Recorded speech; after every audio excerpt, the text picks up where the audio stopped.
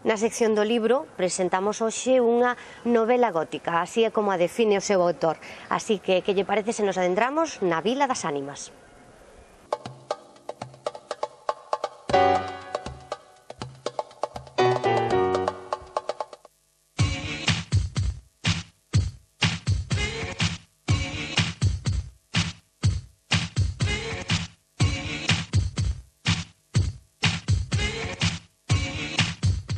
Vila das Ánimas é unha historia atípica na que se conxugan varios factores, como pode ser a ironía,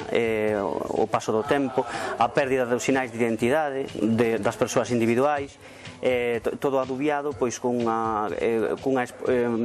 tema social preocupante como é a despoboación das aldeas e o acometemento presente dese problema e a transformación no irreal turismo rural, non? O turismo rural, que xa o teño dito un pouco, tampouco é unha cousa mala, porque ao mellor é o camiño que hai para recobrar un mínimo de vida neses puntos de poboación, pero, bueno, é canda menos triste, non? Porque para mí o turismo rural, pois, sempre o comparo como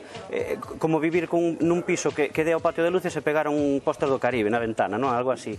Podese dicir que basicamente é unha crítica ao abandono do rural, non? É unha novela que está dividida en capítulos breves, que se len rápido, que constitúen unha trama que engancha desde o primeiro momento, e que comeza como unha historia realista, e que a partir do segundo capítulo devén nunha historia fantástica. Pero, bueno, ese punto fantástico deberá de descubrir o lector cando se dé conta de que o personaxe está a vivir uns feitos aparentemente extraños, non? Entón, deberá descubrir o propio lector cal é o grado de fantasía que hai nesas páxinas. O que aparentemente é unha historia costumista, ao final convírtese nunha fábula gótica. Aproveito a fala dos personaxes para que o que me estorba, bueno, me estorba non, porque vamos, hai que vivir e deixar vivir, o que me incomoda, non, da construcción social que eu vou vendo ao longo da vida que vou vivindo, e entón toco temas como o inexorable paso do tempo, que nos preocupa a todos, penso que non hai ninguén a que non lle preocupe, precisamente eso, a superficialidade, a perda dos valores, a veces me chaman reaccionario por decir isto, pero bueno, a perda dos valores tradicionais en pos de unhos pseudo-valores impostados baseados na actualidade no frenético, basicamente a perda dos valores tradicionais, a conxunción social, que xa o tocara no meu anterior libro de artigos, se desades pareceres, e despois tamén, a superficialidade versus matiz que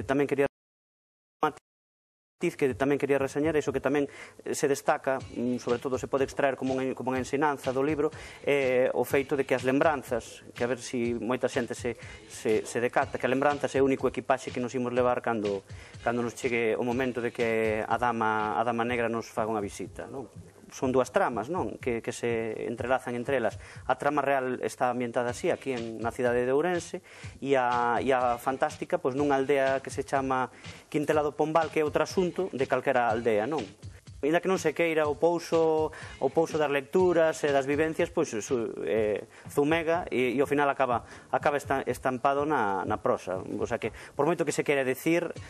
xa se pode escribir unha novela máis de evasión e máis directa e máis de entretemento, que sempre vai haber matices que sobre todo a xente que coñece o autor que o identifique.